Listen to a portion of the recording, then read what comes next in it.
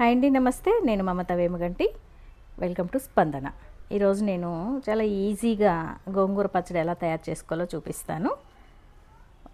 ముందుగా గోంగూరని కాడలు లేకుండా వలుసుకొని ఇలా ఆరబెట్టుకోవాలి, కడిగి ఆరబెట్టుకోవాలి. క్లాత్ మీద వేస్తే తొందరగా ఆరిపోతుందండి. నేనైతే చాలా లేతగా ఉంది గోంగూర.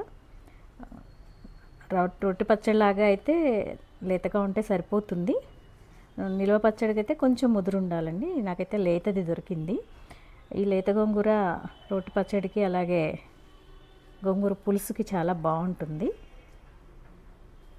గోంగూర పచ్చడికి ముందుగా ఆయిల్ తీసుకుంటున్నాను. కొంచెం దీనికి ఆయిల్ ఎక్కువే పడుతుందండి. గోంగూర అంతా అందులోనే మగ్గాలి కాబట్టి 4 స్పూన్లు తీసుకుంటున్నాను. నూనె వేడెక్కిందండి. గోంగూర వేస్తున్నాను. ఇదంతా బాగా మగ్గ పెట్టుకోవాలి. మధ్య మధ్యలో కలుపుతూ ఉంటే అడుగంటకుండా ఉంటుంది. కొంచెం వెడల్పుగా ఉన్న గిన్నె అయితేనే బాగా వేగిపోతుంది.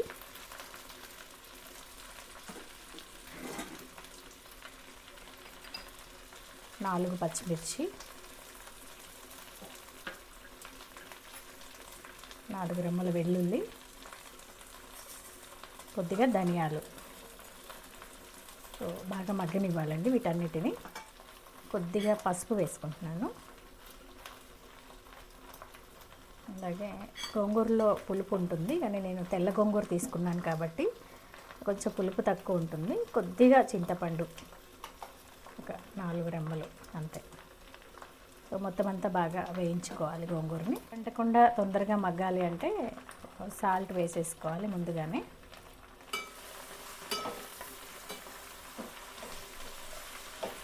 గోంగూర బాగా మగ్గిపోయింది.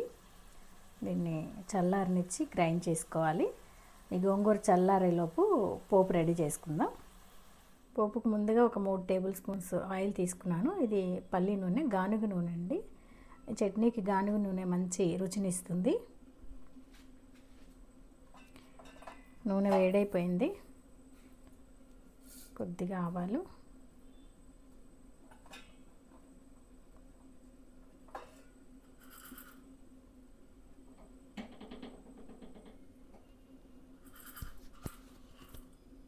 కొద్దిగా శనగపప్పు,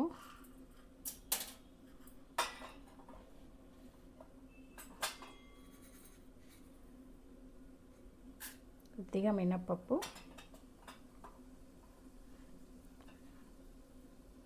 జీలకర్ర, ఎండుమిరపకాయలు,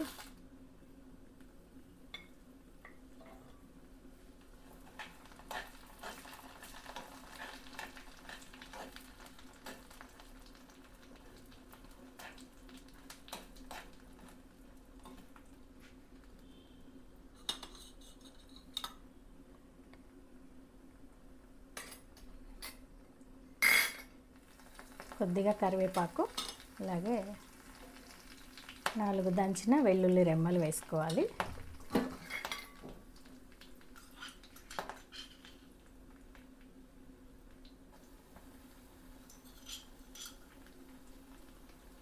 కొద్దిగా ఇంగువ,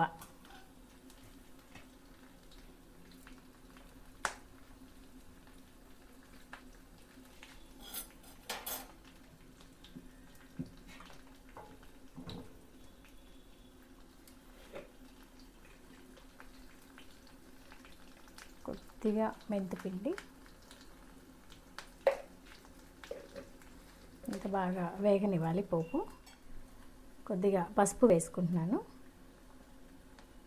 అలాగే చివరిలో జీడిపప్పు వేసుకుంటే టేస్ట్ చాలా బాగుంటుంది. అది ఆప్షన్ అండి, మీ ఇష్టమైతే వేసుకోవచ్చు.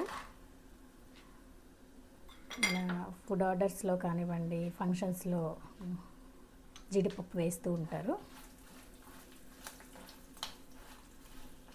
పోపు రెడీ అయిపోయింది. గోంగూర చల్లారిపోయింది. మిక్సీ జార్లో వేసుకుందాము. ఇది పండుమిరపకాయ పచ్చడి. నేను పండుమిరపకాయలు దొరికే సీజన్లో ఇలా ఉప్పు వేసి కచ్చపచ్చగా దంచుకొని పెట్టుకుంటాను. ఇది గోంగూర పచ్చడిలో వేసి గ్రైండ్ చేస్తే చాలా టేస్టీగా ఉంటుంది. ఒకసారి మీరు కూడా ట్రై చేయండి. మరీ మెత్తగా గ్రైండ్ చేసుకోవద్దండి, కొంచెం పలుకులుగా ఉన్నట్టు చేసుకుంటే బాగుంటుంది. దీన్ని పోపులో వేసుకుందాం.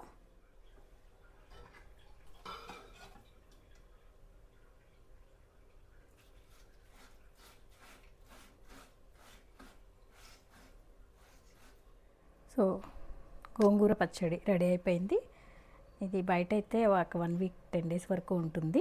ఫ్రిడ్జ్లో పెట్టుకుంటే 2 మంత్స్ వరకు కూడా నిల్వ ఉంటుంది. అప్పటికప్పుడు తినేట్లయితే ఉల్లిపాయ కలుపుకోవచ్చండి, లేదంటే తినేటప్పుడు మాత్రం కలుపుకుంటే సరిపోతుంది.